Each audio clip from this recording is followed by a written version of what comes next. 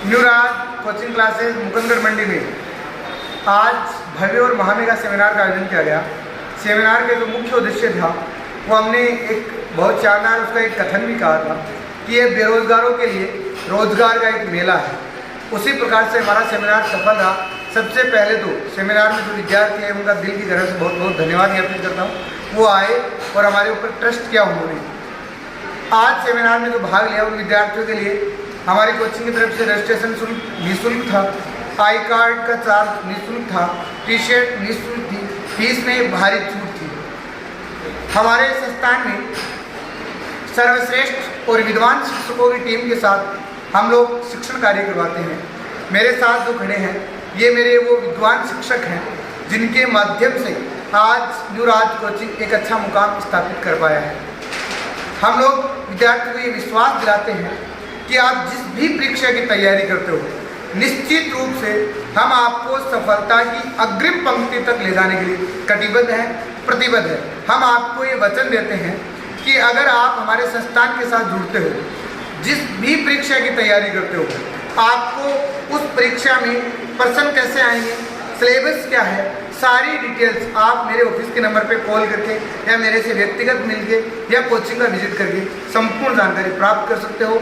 मैं नावलगढ़ एक्सप्रेस का भी धन्यवाद ज्ञापित कर रहा हूँ कि आज के समय में, इस युग में शिक्षा को लेकर जो क्रांति जो इन्होंने एक मुहिम छेड़ रखी है, उस क्रांति में अपनी अग्रिम भूमिका निभा रहे हैं।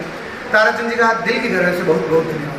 सर जी सर, आप देखते हो कई बार अक्सर संजय जी सर 10 मिनट पहले क्लास में आते हैं और मैं कहते हैं भैया आप मुझे ट्यूशन करो, मैं आपको आंसर देने का प्रयास करता हूँ।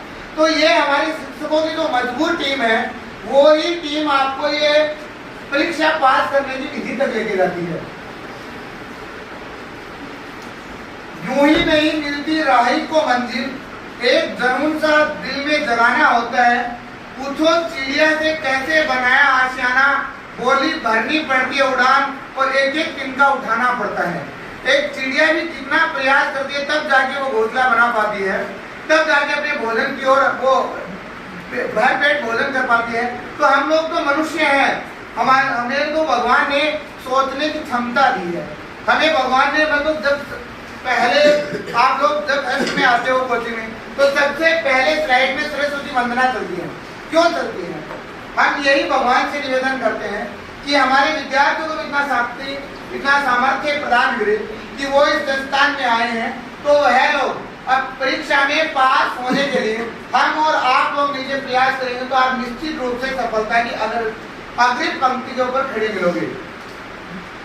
अब मैं एक तो हमारे जो मोड़ना परीक्षा पास आ गए, दिल्ली पुलिस का एग्जाम नजदीक है, अभी नवंबर दिसंबर में बीएसटीसी की रात को डेट आ गई 28 अगस्त, उसकी निर्धारित है, तारीख निश्चित है।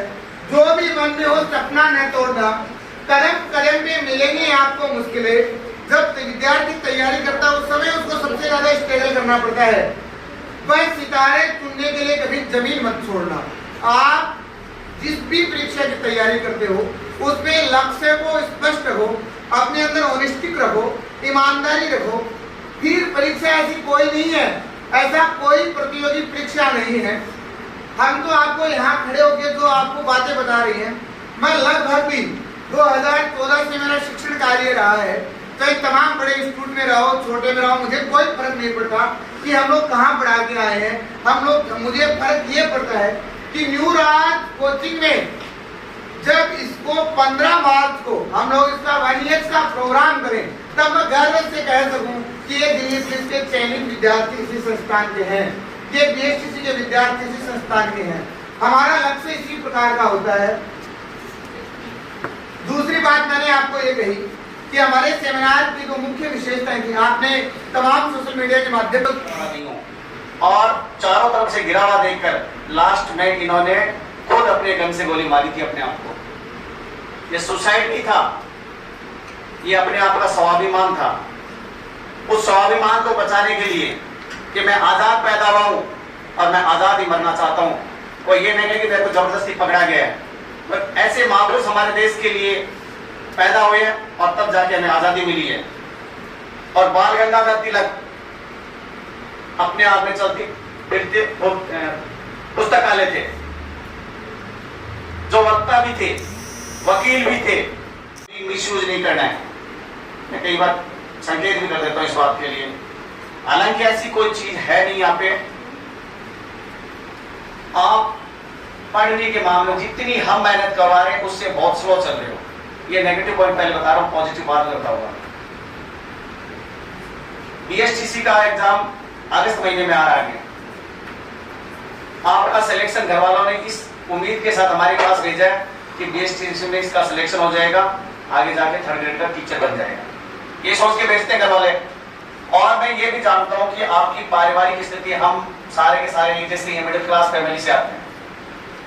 जो 5-10 हजार रुपए जो फीस बनती है वो बड़ी मेहनत के साथ देते हैं वो, लेकिन अगर जब आप उनके सपनों को पूरा नहीं कर पाते तो घर वालों को बड़ी तकलीफ होती है। आगे दिल्ली पुलिस या एसएससी में देखो रिटर्न, इसमें थोड़ा प्रोसेस लंबा है। रिटर्न अगर कोई क्लियर करता है तो उसको 5100 रुपए, और जिसका फाइनल सिलेक्शन हो जाएगा, लास्ट तक फाइनल सिलेक्शन, उसको 11,000 रुपए मेरी तरफ से व्यक्तिगत रूप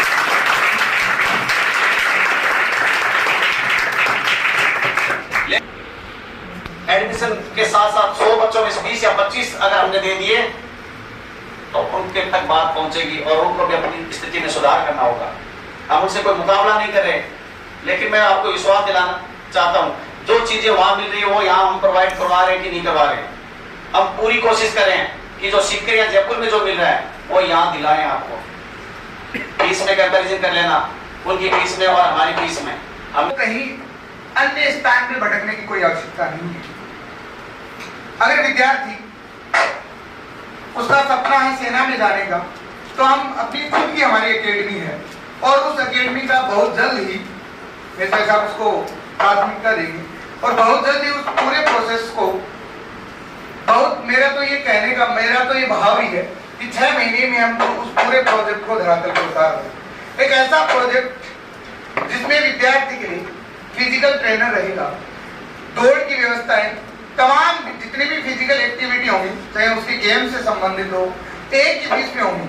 सबसे बड़ी विशेषता है एक ही फीस में आपको सारी चीजें होंगी, आप वहीं पर रहोगे। लड़कों के लिए या गर्ल्स के लिए अलग अलग हॉस्टल होंगे, बाकायदा गर्ल्स के लिए सारी सुख सुविधाएं होंगी, बॉयज के लिए अलग से होंगे। और संजीव जी भाई साहब की दिशा निर्देशन में वो इंस्टीट्यूट चलेगा और उसमें इंस्टीट्यूट की आपको मुख्य विशेषता है। मैं उसको जब हम लोग 6 महीने के बाद में उस प्रोजेक्ट को कहते नहीं है, मैंने हमेशा से एक बात जीवन में सीखी है। चाणक्य एक बात कहता है, अगर आप उसको चाणक्य को एक बार जीवन में पढ़ ले, मैं तो ये कहता हूँ कि किसी भी व्यक्ति को एक बार जीवन में ढंग से पढ़ लोगे तो तुम्हारा कल्याण होगा।